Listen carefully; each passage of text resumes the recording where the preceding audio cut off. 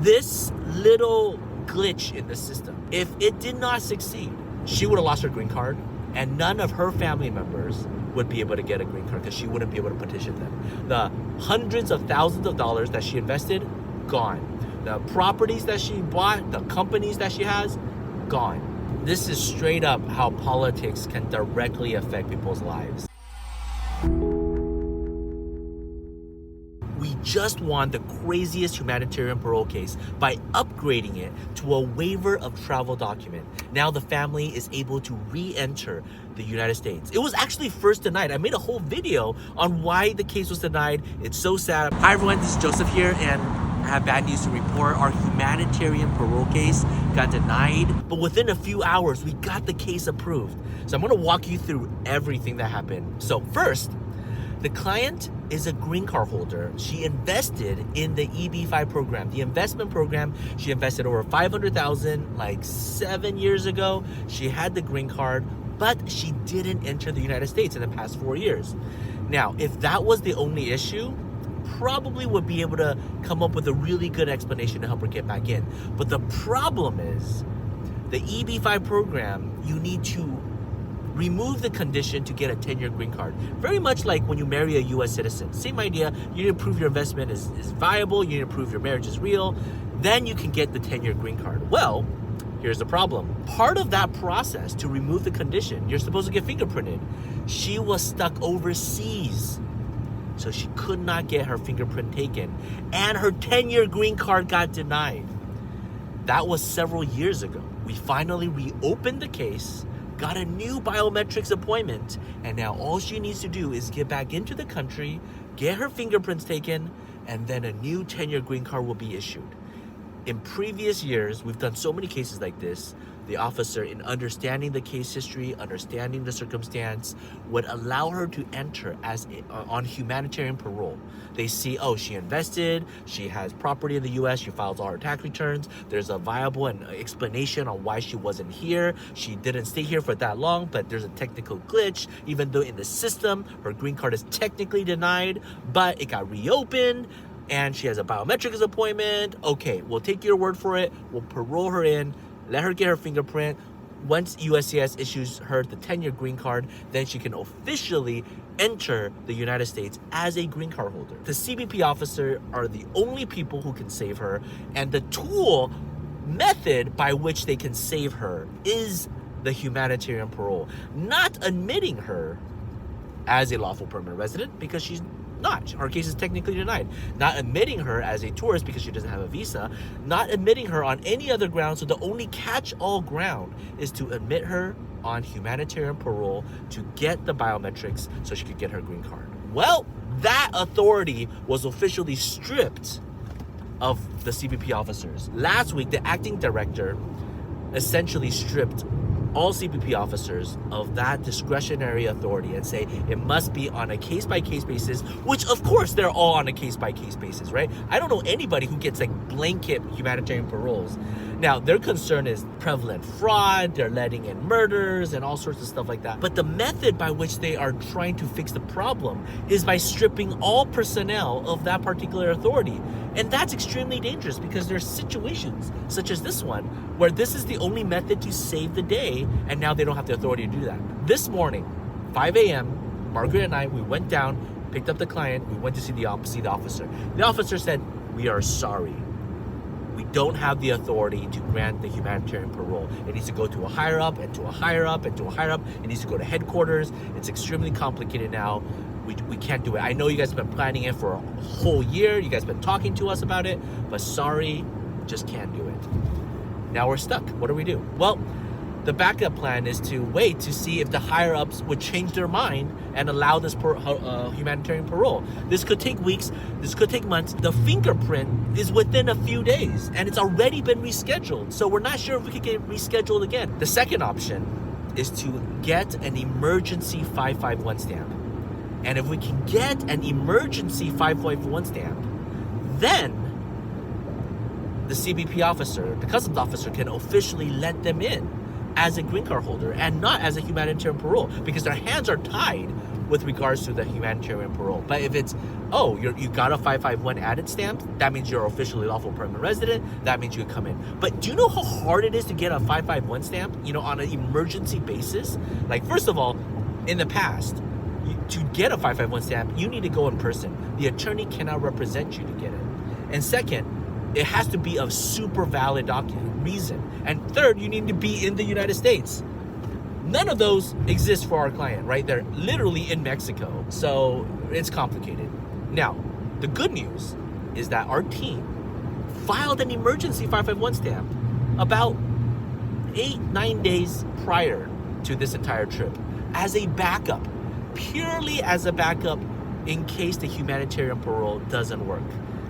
Our humanitarian parole has always worked, especially with these type of cases. It makes sense. But in this case, nobody could have expected the acting director to issue this kind of statement. So Sunday night came down. Our original appointment was Tuesday. We moved it to Monday. We tried to, figure it out before things get put in place, but it's already in place. And so now we cannot do the humanitarian parole. Well, after discussing all of this with the CBP officer, the CBP officer said, you know what? Let me check with USCIS. If USCIS tells me that they've already approved your 551 stamp, even though I don't have it immediately, I will parole you in via the I-193 waiver of travel documents. So you're technically entering as a lawful permanent resident, not as a parole, but without actual documents, just waiving the need for the actual physical 551 stamp, waiving the need for an actual USCIS approval, waiving the need for an actual green card. Very similar to humanitarian parole, but you're on valid status. So they told us to go back, and we're like, all right. We went back, we waited, we met the officer at 7 a.m. We waited till 11 a.m., just like standing around. Finally, we're like, okay, there's no hope, let's just wait another day. Everybody go back and rest, because we're up like at 5. Then at 11:35, the officer contacts us and says, bring the client. And I'm like, oh my God, right? And then we had to try to get the client. They're already back in the hotel. We went back to the hotel from the US, picked up the client, brought him to the officer, all within like 45 minutes. There was so much rushing. We were contacting cars to pick us up, and the client was like rushing out, checking out of the hotel. We're en route going back to the hotel. There was such a small chance that this was gonna succeed. So the client already checked back into the hotel. We were already on our way back to the United States, but the officer said there's 30 minutes. If they can get here now, then they can enter. And then finally, we saw the officer. The officer says, we'll process the I-193.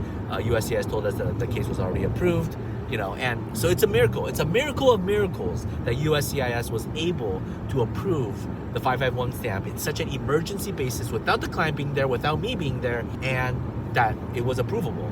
I mean, think about it, right? The green card 829 was denied. It's been reopened. We spent like about a year and a half trying to reopen it. There's a biometrics, and so all of that was in place, and there's an emergency application for the 551 in their system, but yet they were able to do it over the phone with the CBP officer. The CBP officer gave that approval. The CBP officer waited for us.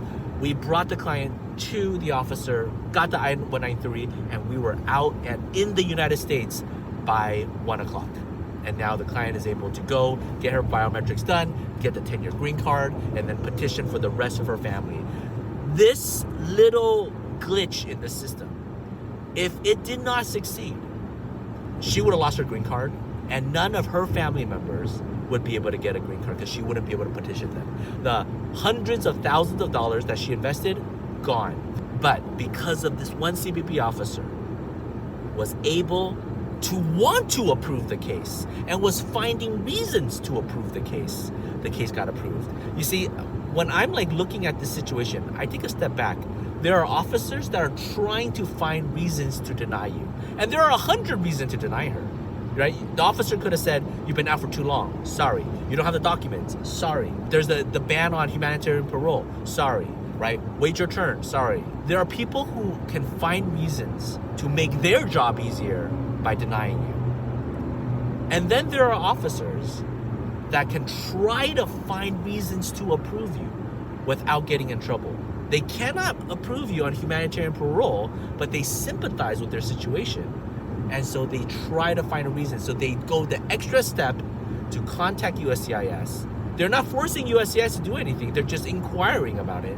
And then USCIS says, yes, it's approvable. And then they said, okay, then we can move it to a different category and approve it on the I-193. So this takes a good officer. I'm so proud of my team for filing the 551 stamp. The crazy thing is, things like this, how do you charge? How do you bill? How do you, what is the transaction, right?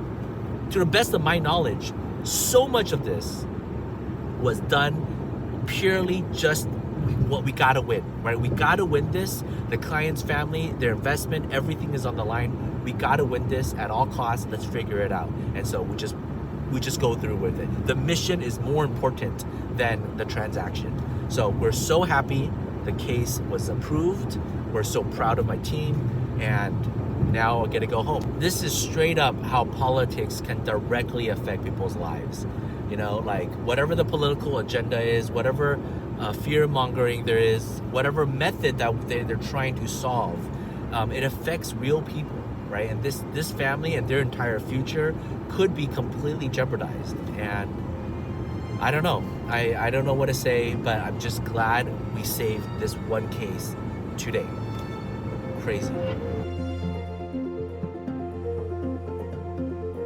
Hi everyone, this is Joseph here, and I have bad news to report. Our humanitarian parole case got denied. We've been working on it for almost a whole year. These have been successful in the past. It's one of the first denials, but it's all because of the directive that happened last week. President Trump and his agency effectively announced that they're trying to roll back all the humanitarian paroles.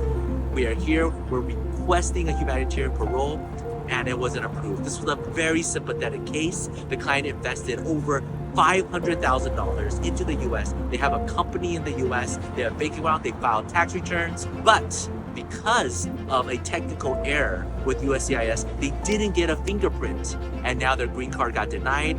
Our last resort is to see if we can get an emergency 551 stamp. If we can, the CBP officer is saying that they will let them in, but chances are it cannot get approved because this generally doesn't happen. But we're still trying. We're not giving up hope. We'll update you more if it's possible. Stay tuned.